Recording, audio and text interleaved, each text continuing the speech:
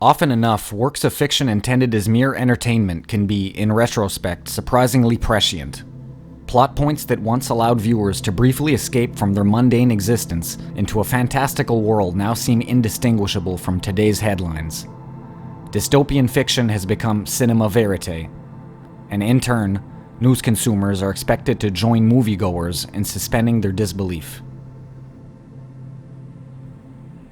The 1998 film Dark City portrays whatever is left of mankind as unwitting test subjects in a grand experiment. False memories are implanted, internal and external topographies are dissolved and reshaped, parks become skyscrapers, paupers become princes, all to satisfy the curiosity of a race of parasitic beings desperate to glean thereby some understanding of the human soul.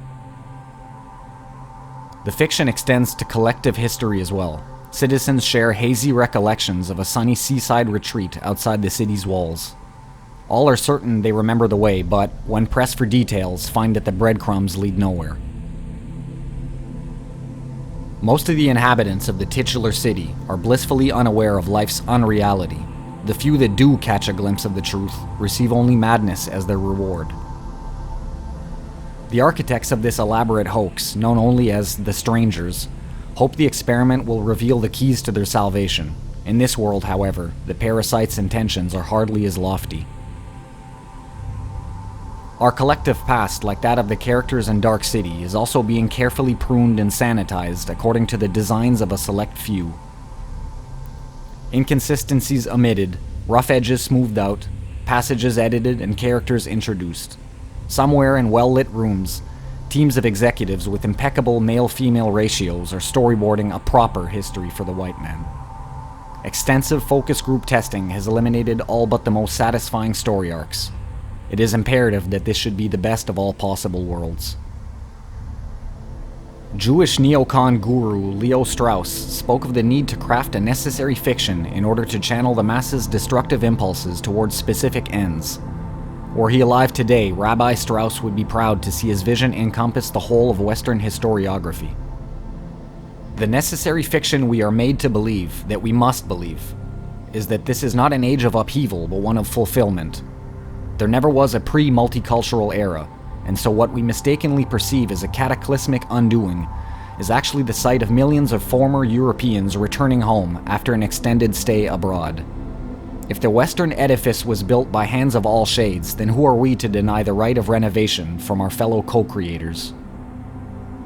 In the world as fiction, common literary devices are indispensable for advancing the plot.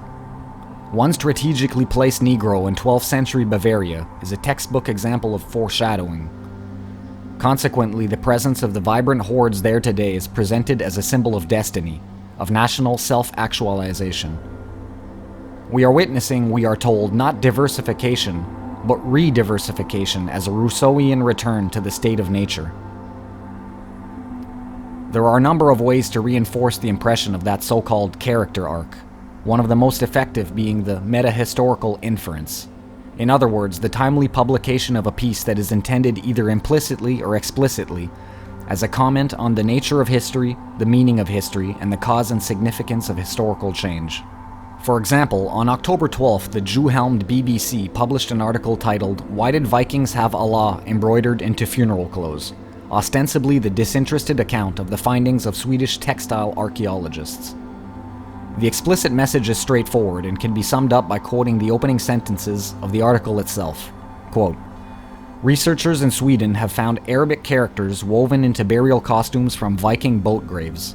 The discovery raises new questions about the influence of Islam in Scandinavia." The meta-historical inference is, in this particular case, contained in the article's implicit message. Returning to our earlier definition of meta-history, the article makes the following comments.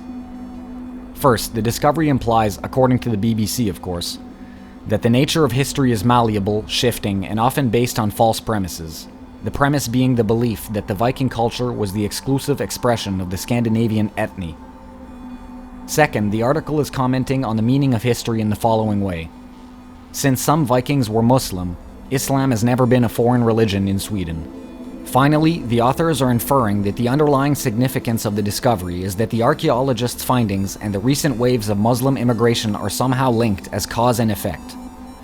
In literary terms, the first is presented as a foreshadowing of the second. To rephrase a previous point, retroactive diversification is providing the rationale for contemporary diversification while being presented as the revealed truth of original diversity.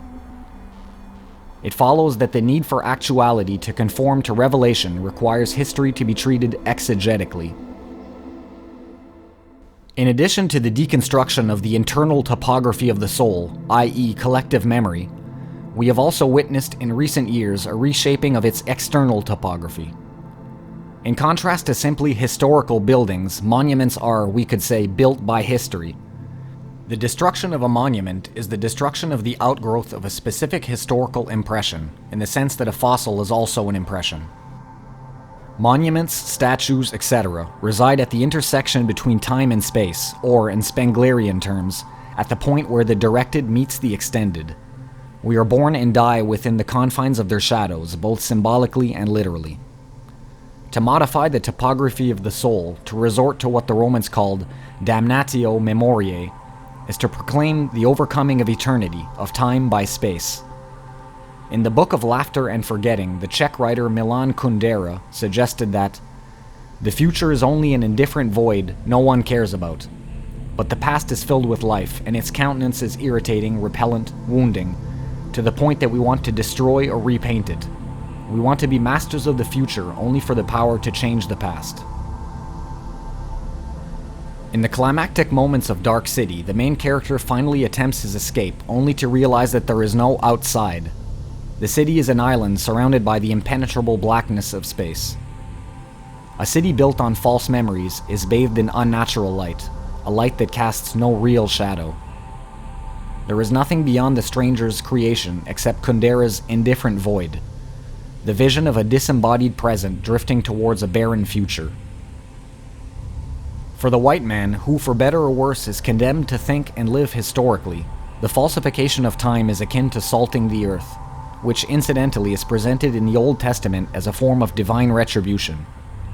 Take the following passage of the Book of Psalms. He turned rivers into a desert, flowing springs into thirsty ground, and fruitful land into a salt waste, because of the wickedness of those who lived there. Arguably, since much of the metahistorical editorializing is motivated by ethnic hatred in response to perceived sins, this salting of the earth is a way to prevent the emergence, the flowering, so to speak, of ethno-nationalist sentiment. To modify the topography of the soul is to perform a trick of the light. White racial consciousness must not be understood as being the real shadow. Sterilizing the past transforms the present into an impotent source, unable to generate from itself its corresponding future. Modifying the optimal trajectory of the light source, something with which all horticulturalists are familiar, is a violation of a plant's ideal morphology, inevitably resulting in a gnarled monstrosity. Similarly, placing an obstacle in front of the truth to deflect or obscure it, or replacing the truth with falsehood, generates a historical impression that is morphologically inconsistent with its ideal form. To underline this further, consider the following passage from Spengler's Decline of the West, where he makes a clever geological analogy. Quote, "Molten masses pour in, stiffen, and crystallize out in their turn, but these are not free to do so in their own special forms. They must fill up the spaces that they find available. Thus, there arise distorted forms, crystals whose inner structure contradicts their external shape, stones of one kind presenting the appearance of stones of another kind. Mineralogists call this phenomenon pseudomorphosis.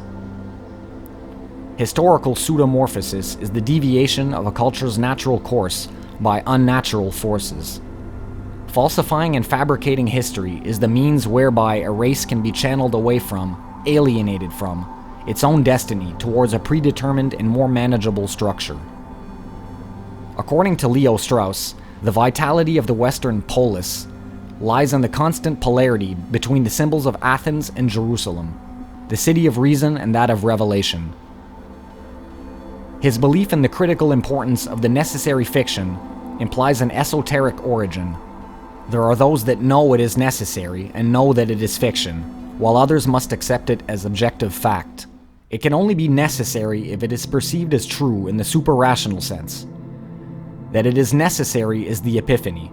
That it must be believed as fact is the revelation. And that is the true nature of the Dark City. Jerusalem masquerading as Athens, revealed truth masquerading as objective fact.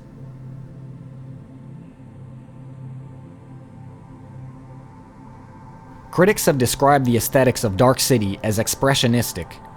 Whether or not that label is indeed an accurate representation of the film is unimportant. However, it is entirely suitable as it pertains both to the city inside the film and to the one outside. In an expressionist world, in the world as fiction, absolute reality cannot be apprehended except through the filter of an alien subjectivity. Sense perception is twisted, grotesque shapes cast the wrong shadow. At the end of the film, the Awakened One destroys the City of Lies and its architects therewith and creates a light world outside. Or does he recreate it? For it was quite clear that no such place existed in actuality. This is not, as some would claim, an allegory of individual will to power.